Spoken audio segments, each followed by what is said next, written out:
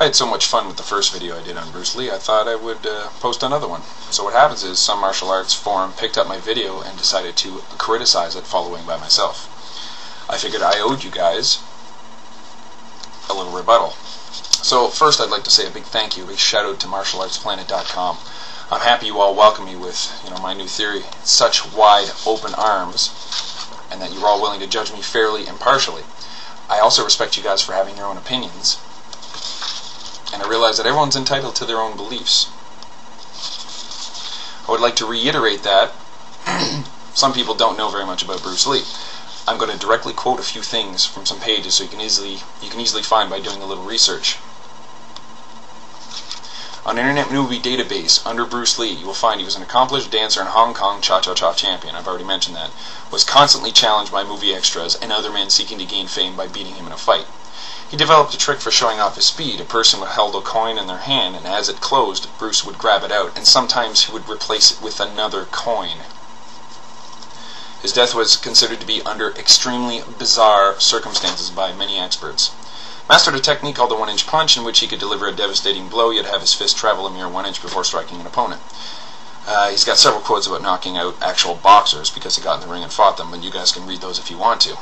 On Wikipedia, a typical exercise for Lee would be to run a distance of 2 to 6 miles in 15 to 45 minutes, in which he would vary speed in 3 to 5 minute intervals. Lee would ride a stationary bicycle for 30 to 45 minutes at full speed immediately after running, and next, Lee would do some rope work for 10 minutes minimum, using the same time intervals as a boxer. On MikeMenser.com, he would perform push-ups on one hand, or just thumbs and fingers. He would support a 125-pound dumbbell at arm's length in front of him, with his elbow locked, for several seconds. He would send individuals who outweighed him by as much as 100 pounds in some instances, flying through the air. The power that Bruce Lee could generate at a mere body weight of 135 pounds is absolutely frightening. Not to mention some of his other nifty little habits were thrusting his finger through a full can of soda, or sending a 300-pound kick bag smacking against the ceiling with a simple side kick. You tell me you want to fight somebody like that? If you need more proof, you can go do some research.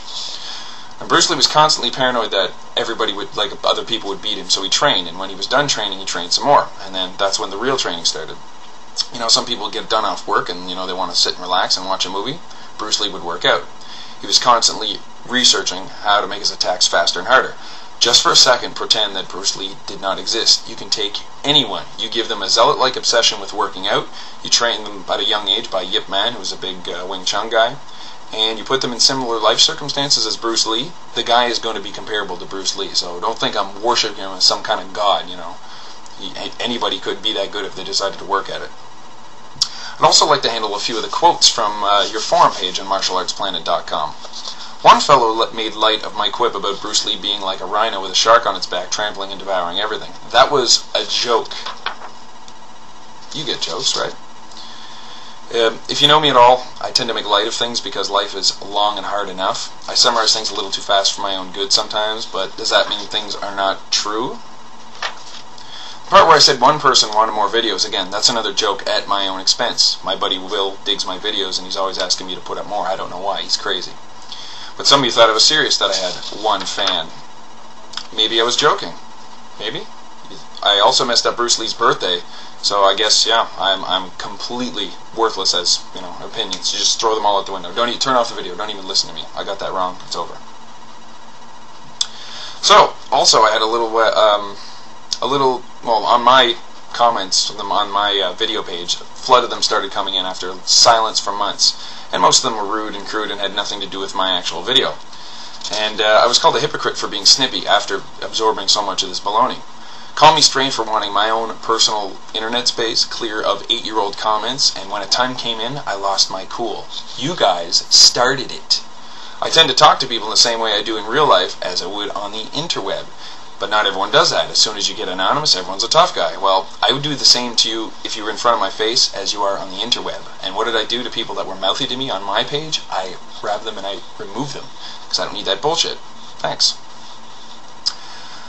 One person went on to say it's sad that people like me actually exist. When did I become a sick Lord of the Rings fan or some Star Trek nerd?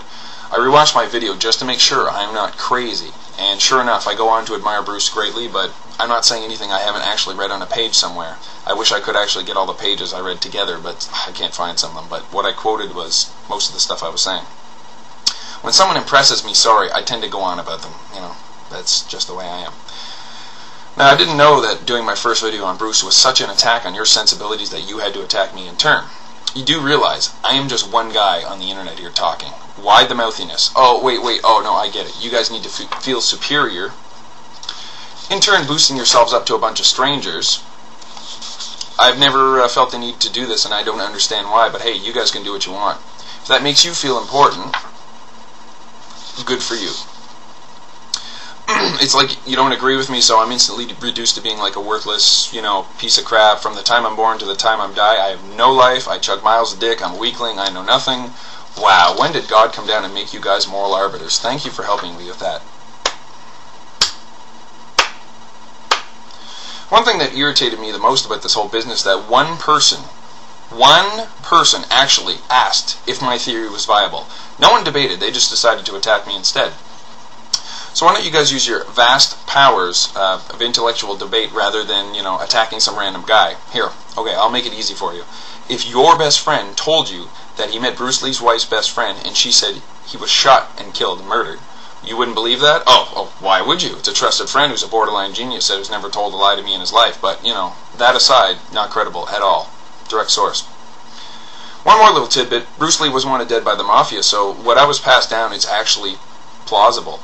Do I know for sure? No. Was I there? No. But maybe she's just some old baddie lady. I can accept being wrong. That's not a big deal, but you guys never even considered or gave it a try. Again, I want to thank you guys for your understanding. Just because I'm in a generous mood, I figured I would let you know that I do have a martial arts background. I've trained in long fist kung fu mostly, but I've dabbled in others. But I have changed the way I do work out and the way I do train because I'm finding a lot of the same things Bruce Lee did. A lot of the forms look nice, but they don't help you in a fight. So, I know everyone's going to watch this and just decide to fan the flame war. And they will continue to comment and rip up. In the comments, they're going to say I ripped off Stephen Colbert. But at least I didn't stoop to name-calling. I would appreciate if further posts were about the actual credibility of Bruce Lee's fame, not my intelligence. You don't have to believe me, but at least you don't have to act like a complete fuckwad.